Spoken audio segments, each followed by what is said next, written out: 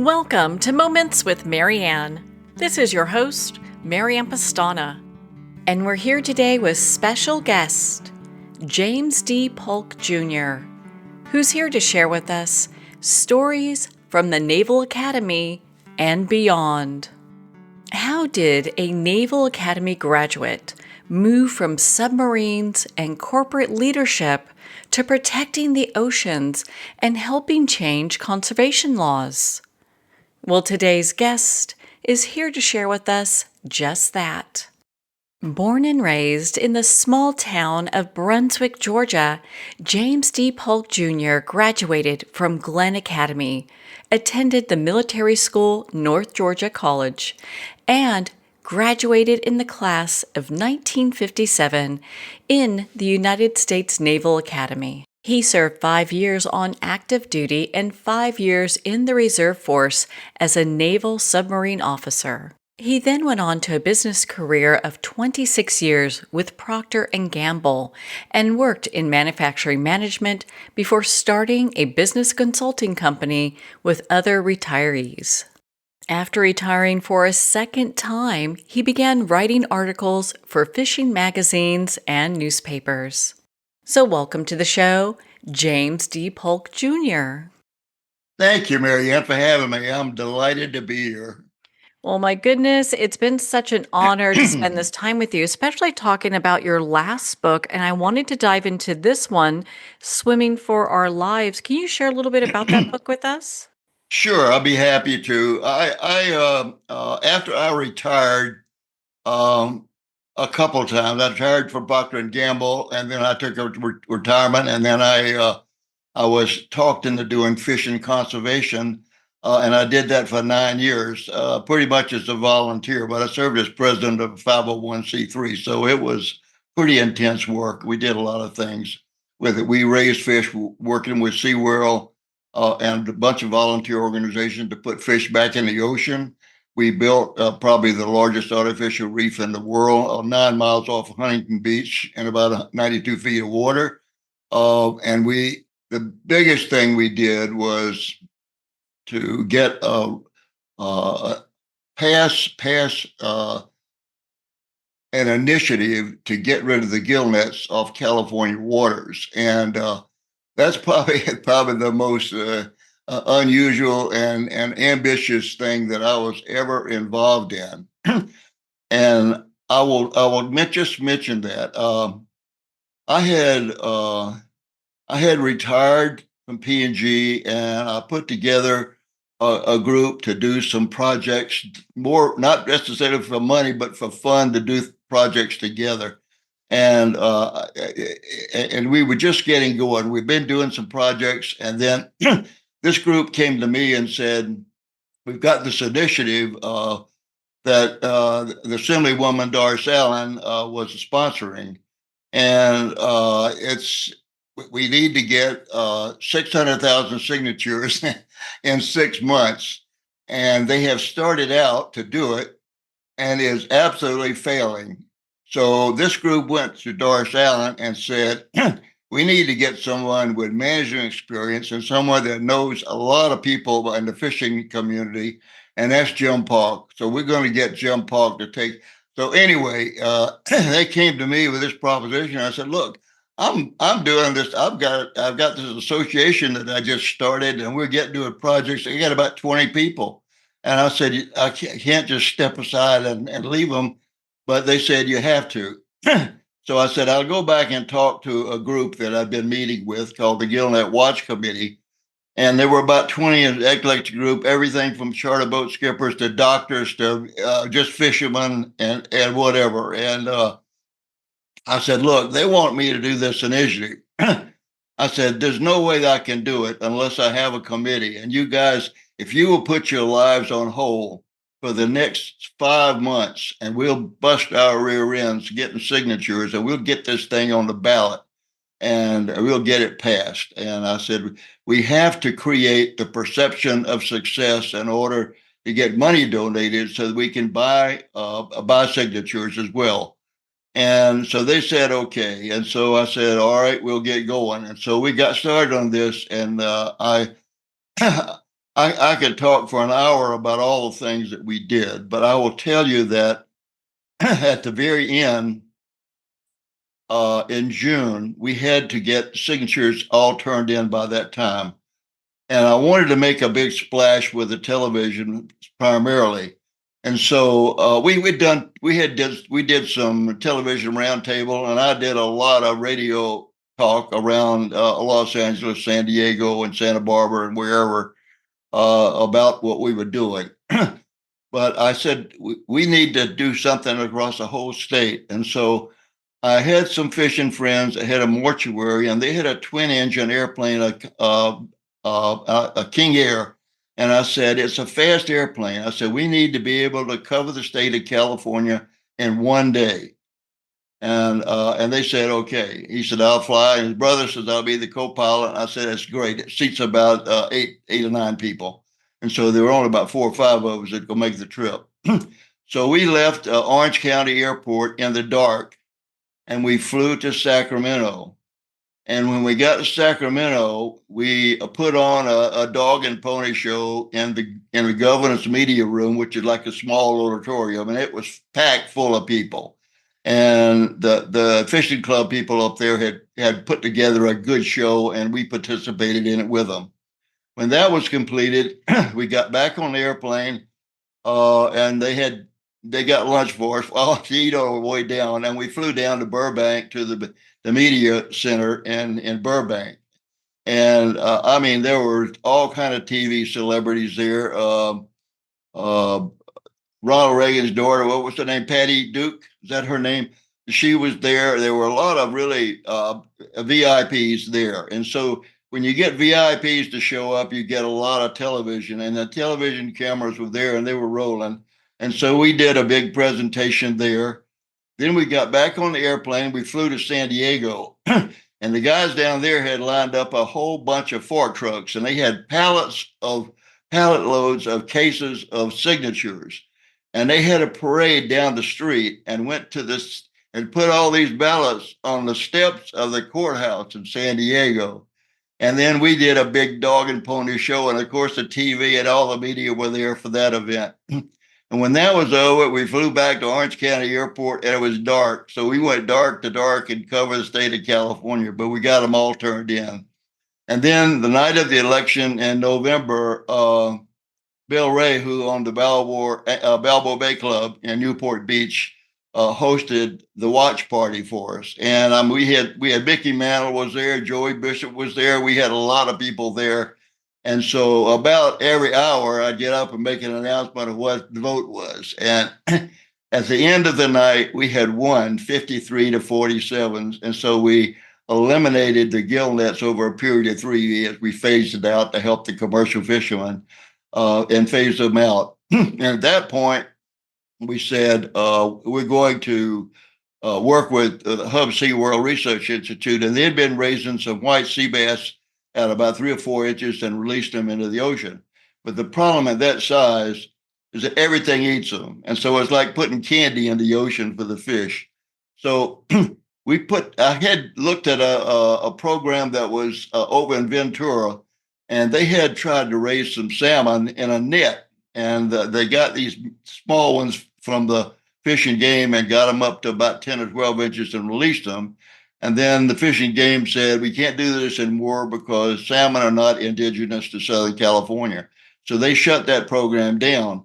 But I was very impressed with the net process. And I said, look, if we can take those small fish out of SeaWorld and grow them up to 10 or 12 inches and release them into the ocean, then 75% of them will survive.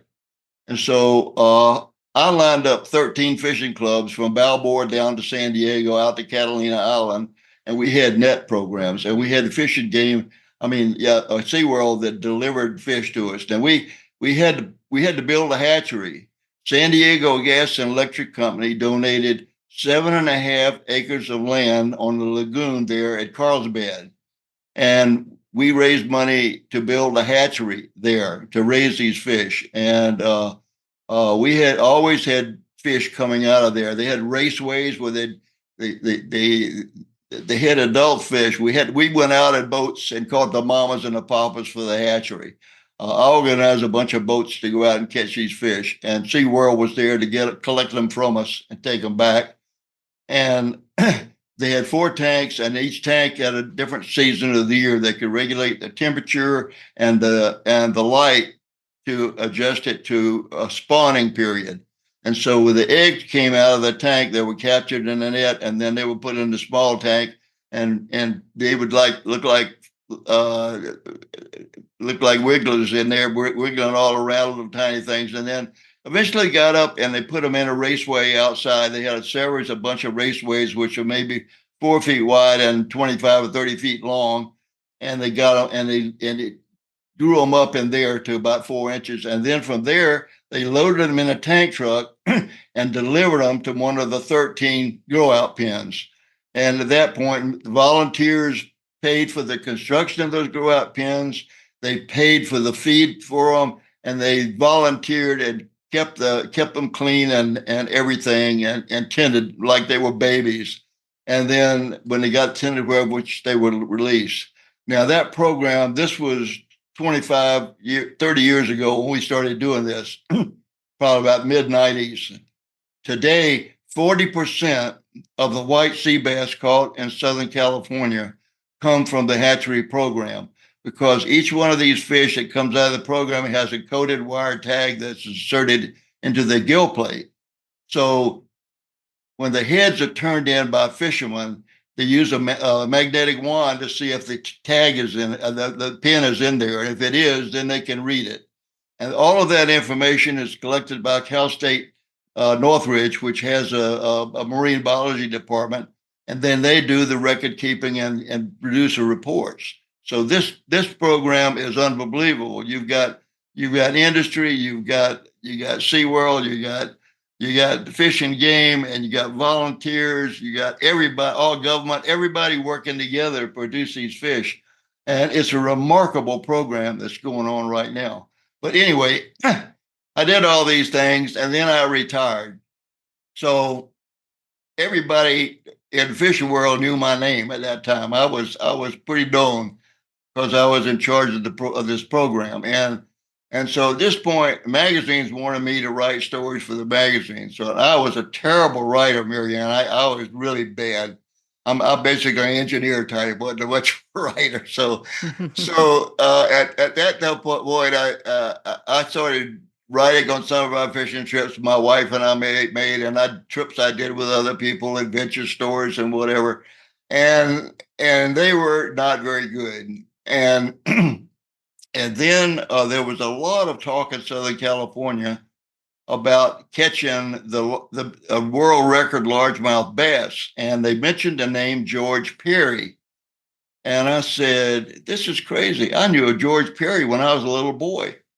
And I knew the fish had been caught in 1932. 22 pounds, 4 ounces was a record. And they were going to catch it in one of those lakes in Southern California. And I said, he was the most unusual character I've ever known in my life.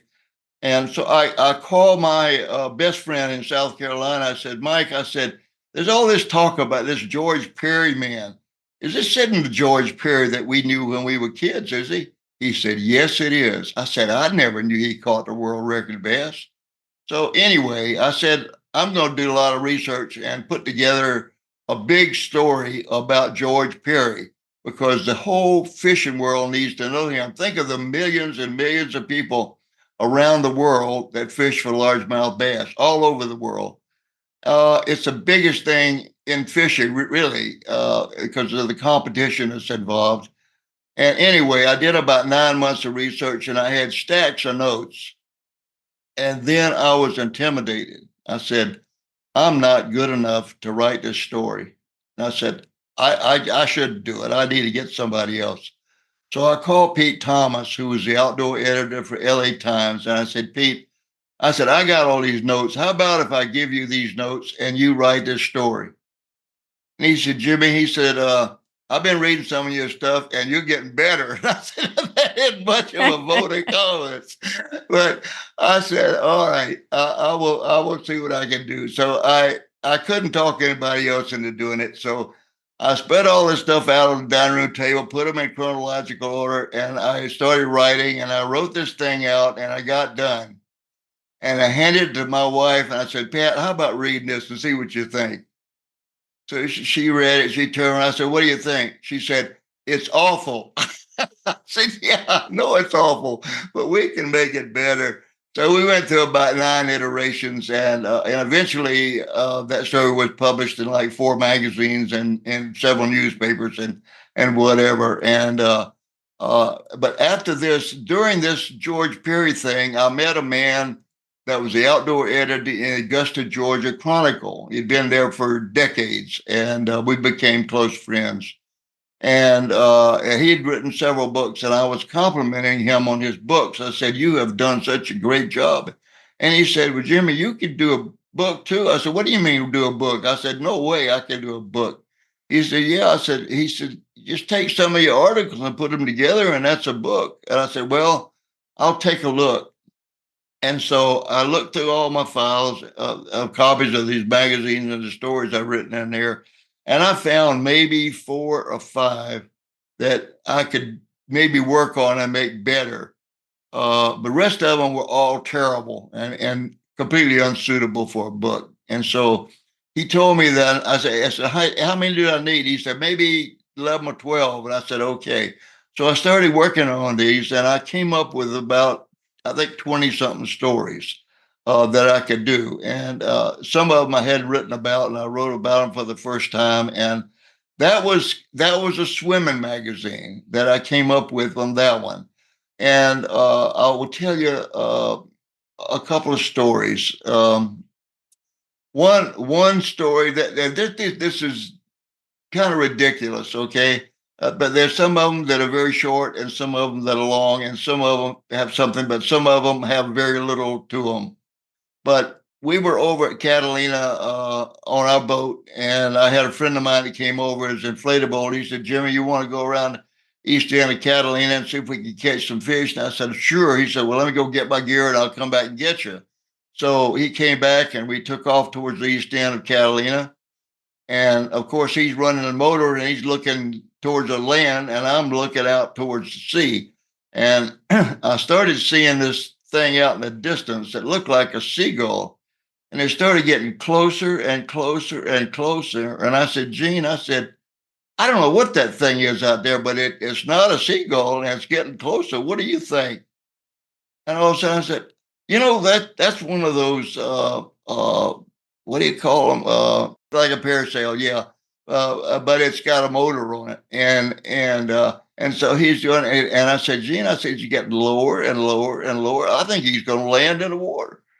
And I said, we probably ought to go out there and check on him. So we went out there, and this young guy maybe looked like he was about 20 years old. He's sitting in a chair. And we said, hello, how you doing? What are you doing out here? He said, well, I'm a spotter for one of the stick boats. That's the boats that stick broadbill swordfish, and he spots them for them, and then leads the boat to the fish. And he said, he was off a boat that was out of San Diego, and he said, they're about 2 hours out. They're going to come get me, and they'll pick me up and put the thing back on the boat. And I said, it's going to get pretty rough out here. Maybe you want us to take you into Catalina and tie you off on a buoy in there where it's a little safer? He said, that would be great. I said, have you got a rope? He didn't have a rope. So the dinghy had about a 9-foot painter on the bow. And so we tied that off on a cleat, and we looked like 2 crabs kind of going sideways, towing him towards Catalina. So we got him in there, and the harbor patrol met us. We explained the situation, and he tied him off on a buoy to wait for the stick boat to come get him. And I said, Jane, why don't we go into the pier where they weigh in all the fish, and let's report that we've caught the first airplane of the year. So we went in, and Rosie was the weighmaster there, and Rosie was just the love of our lives. She weighed in the fish when we caught them, and just a delight. So we went in, and we said, Rosie, we want to report catching the first airplane of the year. And there it is out there on the buoy. And she turned around and she told us what we were full of and to get out of there. So that was just a little fun thing that we put in there. But one that's, I'll tell you another story. Do you know the singing group, the Platters? I've heard of them, yeah. They were really, really popular, and I love their music. But Pat and I went to Branson, Missouri, and her roommate and her husband from Houston, and they drove up from Houston in the car and met us there. And so we spent a week, and of course, Pat and I fished half a day, a couple of half a days. We always fished where we went. And we had a wonderful time. And the last day, of course, we were staying at a timeshare, and we had groceries and all stuff left over. And we said, well, the last day there, we would go to an early afternoon show and then go eat dinner and then go back to the room and pack. And then they had to leave the next morning because they had a 2-day trip back to Houston. And we had to drive to Springfield to catch a flight back to LA. So we did that, and we decided to go to a Cracker Barrel for dinner. So we went to Cracker Barrel, had dinner, and when we got done, Nancy and Pat just went around in a little shopping area there, and we went out on back and sat on the porch. And about that time, 2 men came out the door, and I heard one of them say to the other one, let's go over there and play checkers for a little while. And so I looked at them. I said, there's a checkerboard. I got up. I said, there's a checkerboard right here. Here, take my chair. And I said, wait a minute. How can you play? He's got a white cane with a red tip on it. How do you play checkers with somebody that can't see? And so we started going back and forth a little bit. And I noticed he had about a dozen gold chains around his neck. And I had no whole idea. I was just having fun with him. And so Pat's roommate came out the door, and she saw me interact with these guys. She said, you know who these guys are? I said, I don't have a clue. She said, they're the Platters. I said, oh my goodness, that's one of my favorite singing groups of all times.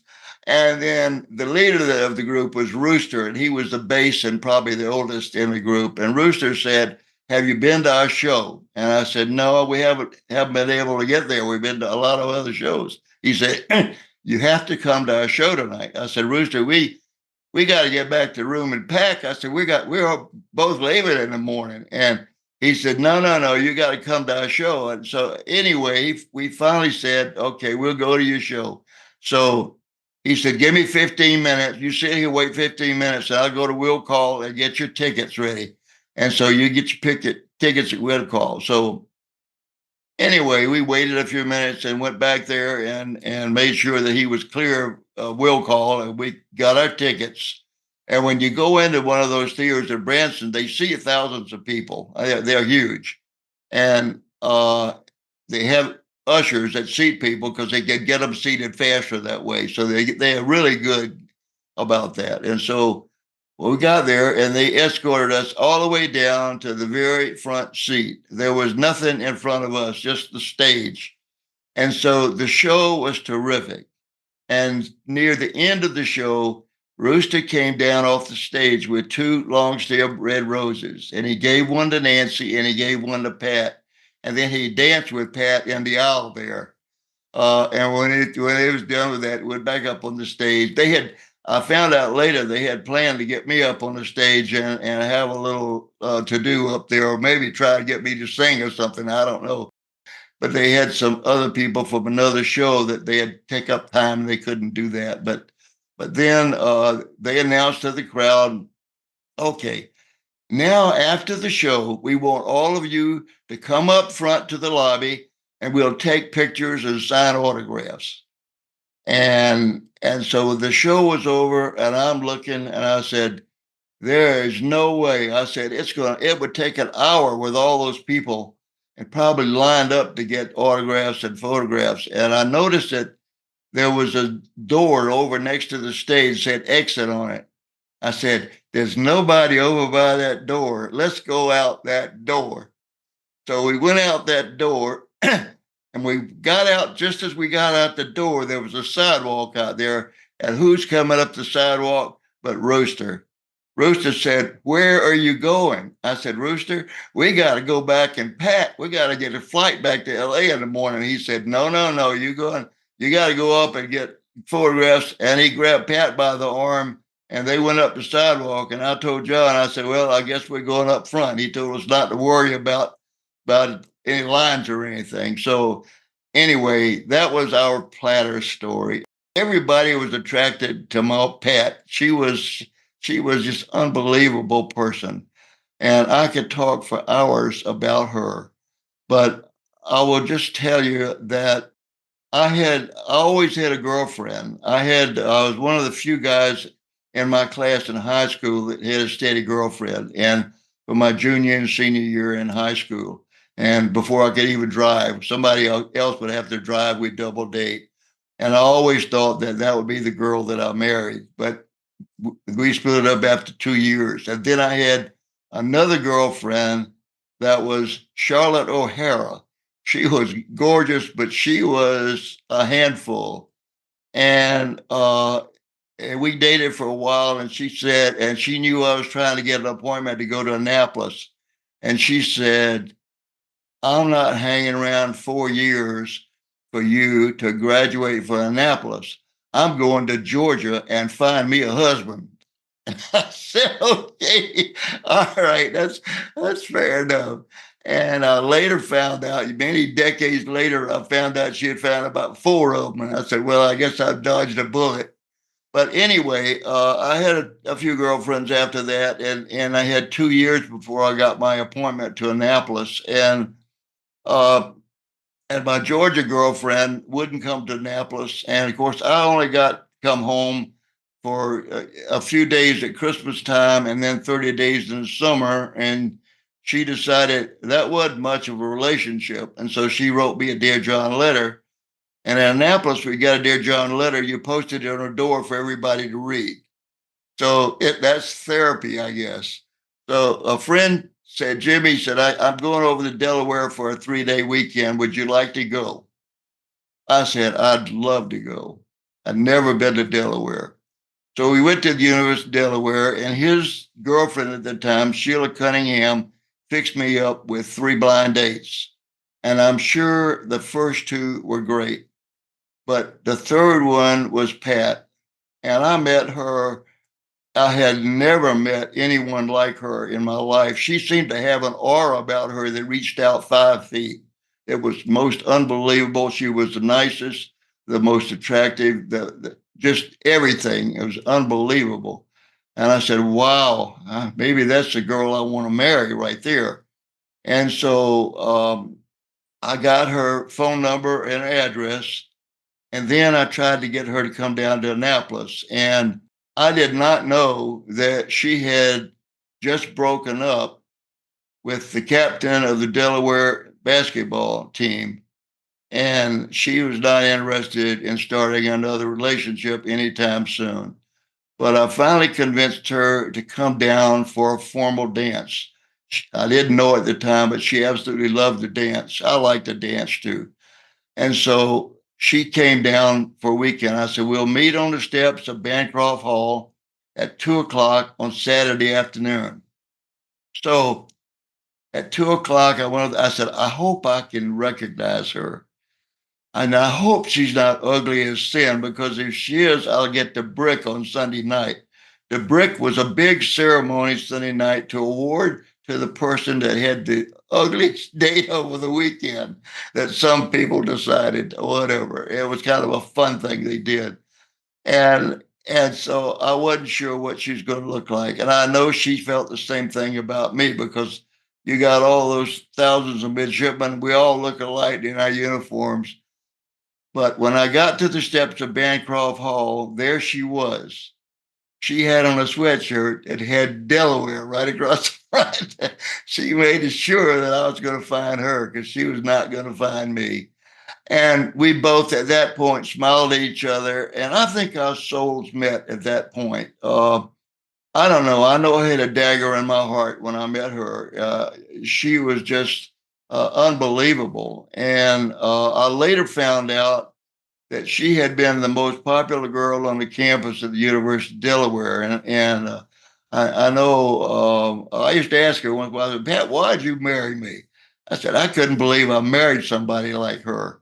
It was just amazing, this woman, and she was so tolerant of me, and she knew I was a fisherman, and she knew that was a passion in my life, and she knew that that was all to be tugging at my strings, but she was okay with that. I told her that,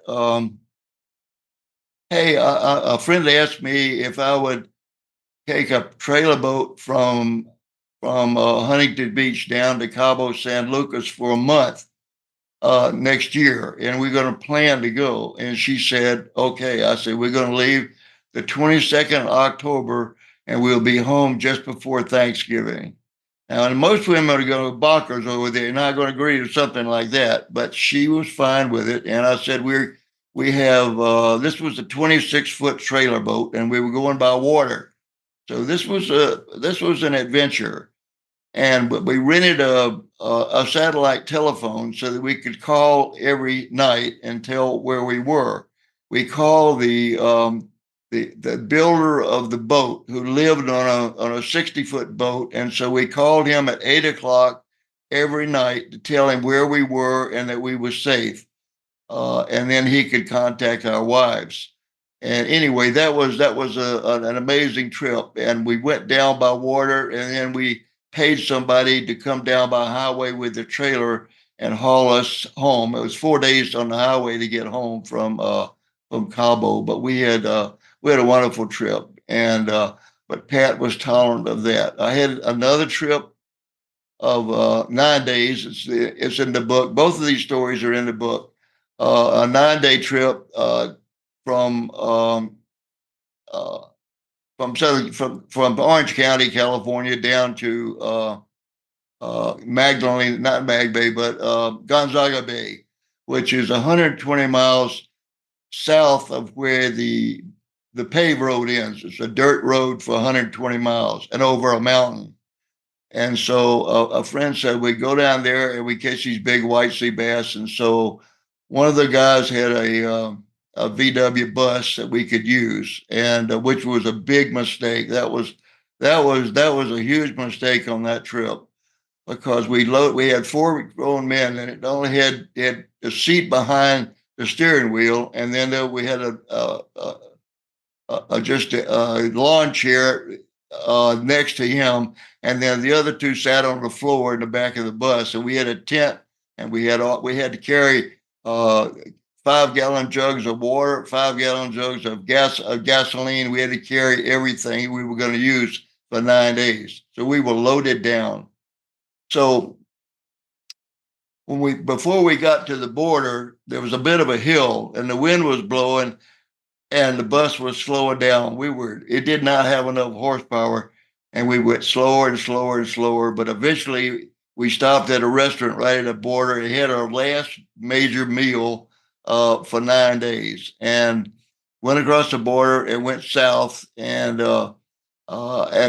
when we got to the end of the paved road, we had 60 miles to a little village called Portecitos, and it was a small settlement with just a few families that lived there in RVs or manufactured homes, but it wasn't a very big community. And we had traveled, and we were so tired when we got there. We just got out on the ground and slept right on the ground. It was just, we hadn't slept for hours. And so the next morning we got up and we headed south. And when we got to the mountains, the bus was stalled out. And so we had to three of us got out, and we would push it until we could get it going, and we put a rock under the wheel. And we had took all of the containers of gasoline and water and everything out of it at the bottom, and we pushed this thing to get it up the mountain, and then we would go back down and get everything. Well, we got about halfway up the mountain. It was really very steep, and it was a hill on one side and a high uphill on one side, and then a drop off cliff on the other side, and it was curved.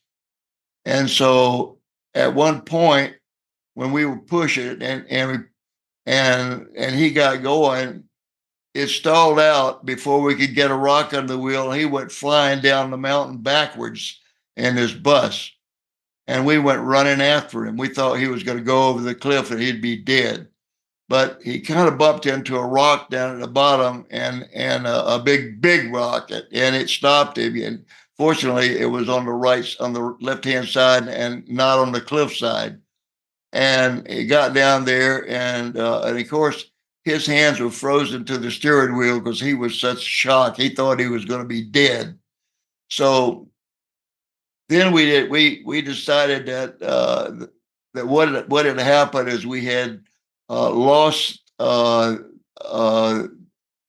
copper tube, and it had a hole in it from the cylinder and one of the wheels, and so we couldn't find. There was about 20 wrecked cars down below in the cliff. We went down there, and they were all American cars, and of course the Volkswagen was metric, so we couldn't find anything. We finally found a bolt in the steering column that we could put into that one wheel and block that off, and we added brake fluid, and we had brakes on 3 wheels instead of 4.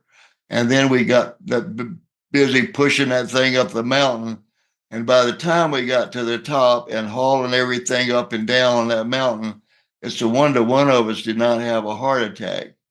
And when we got to the top, there was this little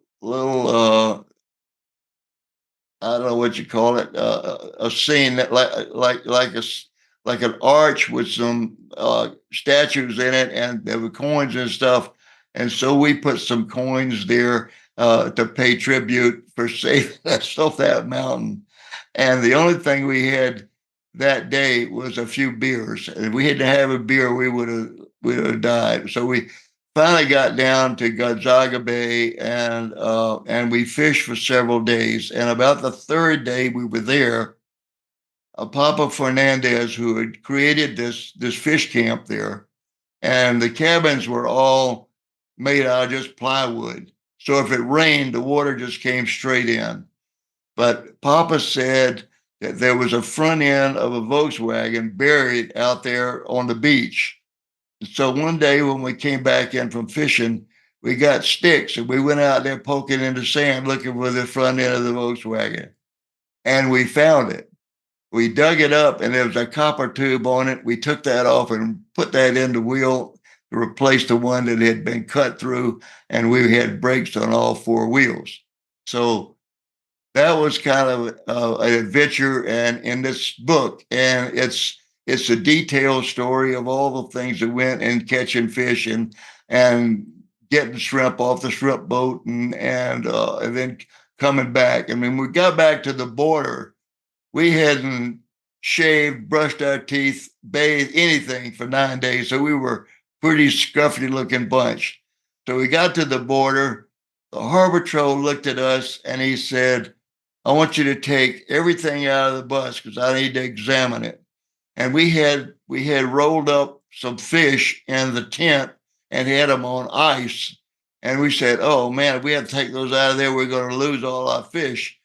And we started talking to him, and we said, we're managers at Procter and Gamble. We've been doing this. And finally, he started laughing at it. He said, "You guys get out of here." So he let us go. And we made it home in the middle of the night. It was just, it was a wonderful trip and a lot of fun. And we had several emergencies along the way. And our main mechanic there was with us. He saved our rear ends more than once, but that was a fun story in swimming. I'd say one of the best ones, and I like the one with the platters.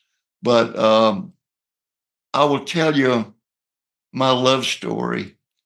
When I met Pat over at the University of Delaware, she was the most incredible person I'd ever met. I didn't even understand what I was feeling or what I was seeing when I met her. because she was so extraordinary.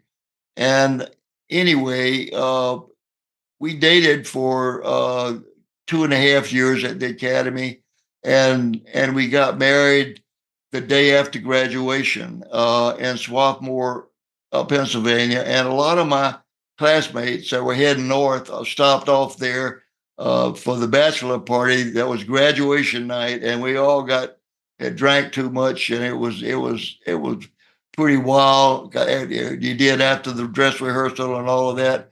Then we went back, and Pat's family had arranged a house for all of us to stay in, and we must have had 20, 25 guys, and they people sleeping on the floor and the couches and on the sofas or double up in beds wherever they could find a place. And then the next day, I never would have made the wedding ceremony if it was in the morning, but it was at 2 o'clock afternoon, and the owners came home in the morning and saw what condition we were in, and she said, "I'll fix you up," and she fixed the breakfast and got us all going again, so we'd be ready for the ceremony at 2 o'clock on in that afternoon. But being married to Pat was most amazing experience. We were married for 60 years, and I lost her 9 years ago. And she had the last few years of life, she had a lot of back trouble. And I hadn't known when I met her that she was also an athlete. And at one point in California, she'd been out of high school 25 years or so, and she was at a meeting, and I got a phone call, and he said, "We want Pat to come back to Pennsylvania for a reunion." I said, "Well, I don't know, it's a long way, and I wish you make it or not, but I can get her to call you when she gets home." And we talked a little bit, and he said, "By the way, tell her that her high jump record is still good." Imagine that. That Oh was my goodness. After all that time. I never knew she did the high jump. I knew she did the triple jump, the long jump, and I knew she ran the 440. They called it then. It's the 400 they call it now. I knew she did that. I knew she ran, but her main sport was swimming, and her swim coach when she was growing up, the neighborhood, was a man by the name of Peter Dalen. Peter Dalen, and you can Google him and see what you see. Peter Dalen came back from World War II, and the soldiers had the GI Bill, and so he was at Swarthmore College and coaching the swim team at the neighborhood while he was there. When he got, and he was, her brother was on an AAU team there that set a AAU record. So he was some kind of a coach. So when he was done there, he went to Yale as assistant swim coach, and then from there he went to the University of Southern California to be the head swim coach there. Peter Dalen coached the men's Olympic team at the Olympics when Mark Spitz won the 7 gold medals. He was the coach. A few years later, he coached the women's Olympic team. This man was an incredible swimming coach, but he was Pat's coach. But she not only did swimming, but she did diving and gymnastics as well. And I think part of her back trouble was she told me that one time she was doing a back dive from the high board and she hit the lower board. So I think that's one of the things that really messed up her back, which was not manifested until later in life. But what she had planned to do in life is she had planned to teach and coach kids. That was what she wanted to do. And then she met this guy from Annapolis that changed her whole life. So I think I messed up our whole life, but we had a wonderful life together, and we did so much, and we had great kids, and we have wonderful grandkids, and now I'm enjoying the great grandkids. But that's kind of some stories from the swimming book. Oh my goodness. Well, and I always love watching your fishing that you do on Friday and seeing what you catch. So that hasn't changed. So, No, I still do that. I can't get any boats anymore. I had an inshore boat when we first got to Georgia. We lived in California for 37 years. And so almost my entire family moved back to Georgia. We moved back, our kids moved back and brought the grandkids back. And our three granddaughters graduated from high school here in Georgia. They both came back as either a sophomore or a junior. Our oldest granddaughter was a soccer player. And in fact, she played on the U.S. team when she was in middle school. We went to Australia and New Zealand and played a tournament back there. And then she played varsity soccer in college. She got a scholarship, and the man she's married to was a running back in college. Can you imagine how athletic that little girl is? It's 3 years old. She's unbelievable.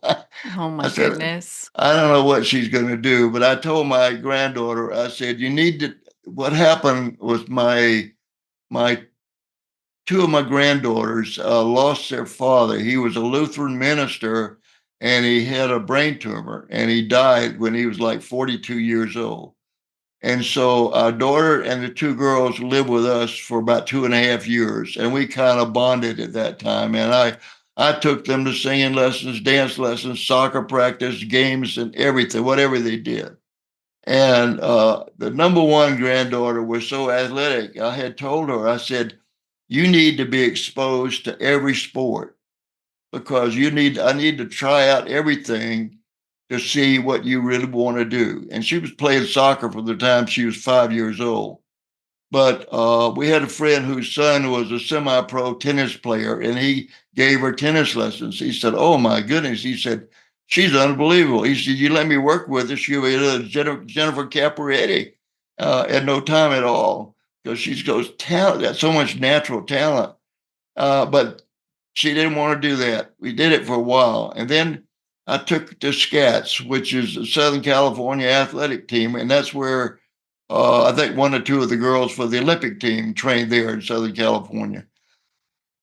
And those girls there, they would march from one piece of equipment to another with the music going, and they had a gallery where you could sit upstairs. It was just like a mini Olympic events when they practiced. And one day there, I was sitting up in the gallery, and a coach came up there, and he said, "Are you with Jennifer?" I said, "Yes, she's my granddaughter." He said, "I just want to tell you, she did something today that I've never even seen a boy do." And I said, "What's that?" He said, I told them that they were to jump up on the horse and land on their stomach, then pull themselves up.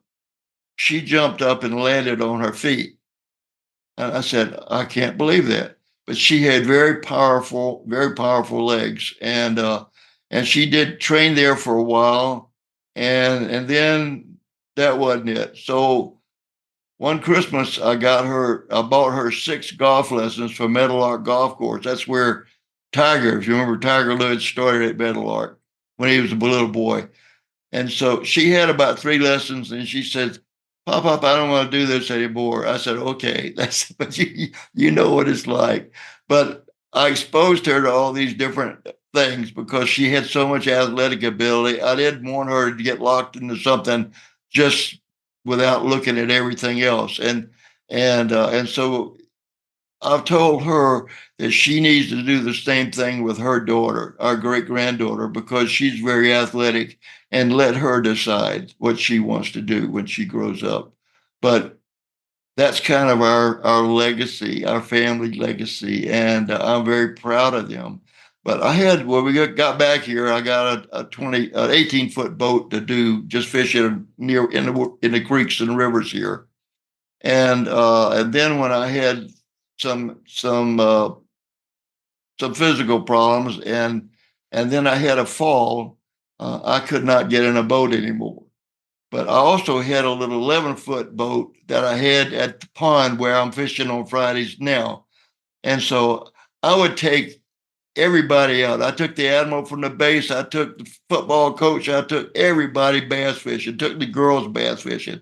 Anybody would get in the boat, I'd take them bass fishing. And they said they'd never caught a bass in their life. I said, "Well, you're going to catch bass with me today, and I'm going to show you how." And so then I couldn't get in boats anymore. And so I gave the small boat to my nephew who had a son. And I said, you can take your son bass fishing. And then I gave the 18-foot boat to my son for him to use. And so then I went through a period of years where I just didn't have any way of fishing. And then when Rachel came aboard, my caregiver, she was able to drive me over the pond, and she is the voice you hear on the tape on Fishing Fridays. It's Rachel, and she is so good. She's a nurse, and she's just a terrific care person, and she spends half her time on the computer working on my books and things. And I don't I could she just created a new life for me. So I'm able to get 2 hours of fishing in a week, which is great respite for me. And but that's kind of where I am right now with the swimming book. If you want me to talk about the book that I've got at the publishers, I could tell you a couple of stories from that. I would love that. Can you share a couple stories with us? You have such great stories. Okay, I will. Let me see. I will pick one out here. I got a list. I have told these stories before, so you may have to yell at me or something. Here's one called "Baby in the Basket." Now, the name of this book is "How I Found Love," and after doing two books, I decided that there's nothing more important in life than relationships. And of course, the ultimate relationship is love, but there are a lot of different kinds of love. And I decided that I really wanted to explore love and relationships and do a book on those things. Relationships meant so much to me, and I just feel like that by myself I never accomplished anything in life. It was always with other people and other people that I admired so much. And like Pat, I admired her so much, and she was so accomplished, and she was always president of every organization, not because she wanted to be, but because they asked her to be. And at one point, she was president of the Hunting Beach Fountain Valley Board of Realtors, which is 2,500 realtors. And of course, she was on the state board and she was on the national board of realtors. So she could have run for president. I was telling you, but she had no interest in politics. But she could have run for anything and won because that's the way she was. But anyway, Baby in a Basket is a different kind of love, and the person that wrote it, and I'll talk about him at the end, used the word agape, which is a Greek word for love, but it's love that's going one way. It's love that's given with nothing expected in return.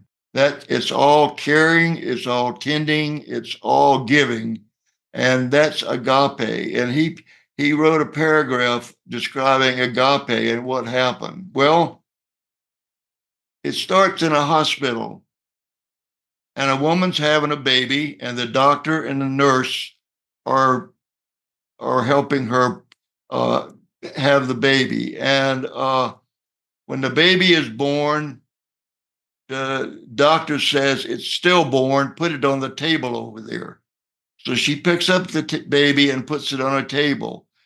And the doctor says, "Get over here and help me. I've got to help keep this woman alive." And they worked for 2 hours on the mother, and she eventually died. And so the nurse named Anne went over to the table, and she turned around to the doctor. She said, "Doctor, this baby's alive." And the doctor said, "There's no way. He's 2 months preemie. His lungs aren't developed. There's no way he's gonna make it." And he said, "You go home. I'll take care of the baby." She knew he meant by taking care of the baby, he was going to dispose of that baby. And she said, "No." She said, "I'm taking this baby home." The doctor said, "You can't do that." She says, "I'm doing it." So she took the baby in her arms with a blanket and went out the door and went home. She lived in a small bungalow with a father and a sister. Sister was named Sarah. And they got home with this baby. They had a potbelly wood burning stove in the middle of the living room. That's the only heat. And it was very chilly. It was springtime, but it was in Pine Mountain, Georgia, in a little town called Manchester. So it was in the foothills. So it was kind of cold. And so they put the baby in a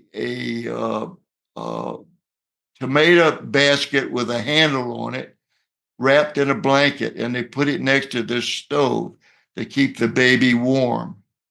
And the two of them did shifts. They fed that baby every 2 hours with an eyedropper, okay? An eyedropper for 2 hours, every 2 hours, day and night for 6 weeks, nursing that baby. And it didn't die, it lived. And so at 6 weeks, the sister of the birth mother that had died came to pick up the baby and took the baby from Manchester to Brunswick, Georgia, which is a coastal town halfway between Savannah and Jacksonville, and took that baby home. She and her husband had been unable to have children. And you have to understand that this was in 1933 in the depths of the Depression. Times were really hard. And so you had two angels that were spending all of their time taking care of the baby. And then you had the other family that took this baby and took on that responsibility and raised that child. And their name was Douglas. And the baby's name was Bob Douglas. And Bobby Douglas was a high school classmate of mine and a very good friend. And he is 92 years old now. And his wife, he and Patsy, I see them, they live about 100 miles away, and they come over once in a while for lunch. And I enjoy their company, but he's a really good friend. But he got out of high school and went into the Navy for 4 years as a submariner in New London, Connecticut, and then came back and went to work, and he had a very successful life. But he calls Sarah and Ann his angels. There were two people that absolutely saved his life. And if that is a story of that's a powerful love story.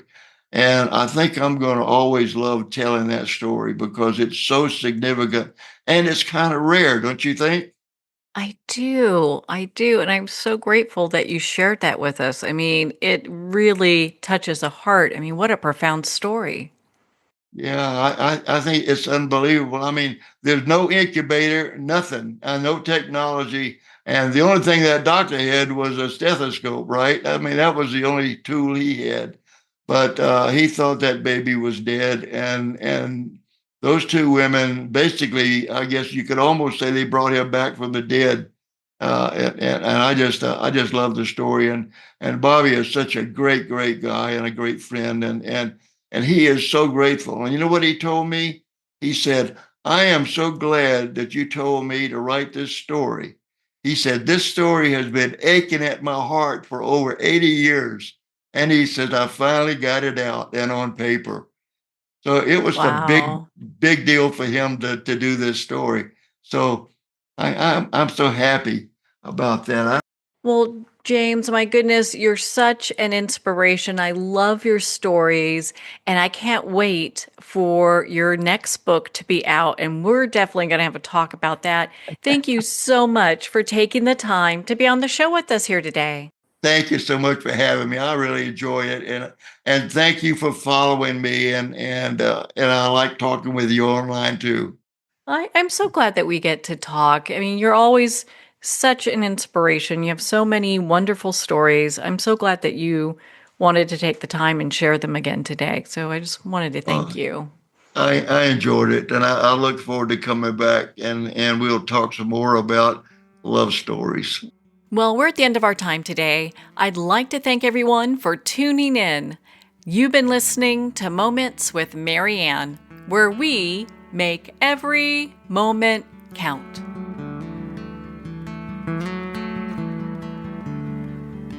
In a single moment, your life can change. Moments with Marianne is a transformative hour that covers an endless array of topics with the best of the best. Her guests are leaders in their fields, ranging from inspirational authors, top industry leaders, and business and spiritual entrepreneurs. Each guest is gifted and a true visionary, a recognized leader in her own work, and while teaching others to develop, refocus, and grow, Marianne will bring the best guest and sometimes a special surprise. Don't miss this. You never know just which moment will change your life forever.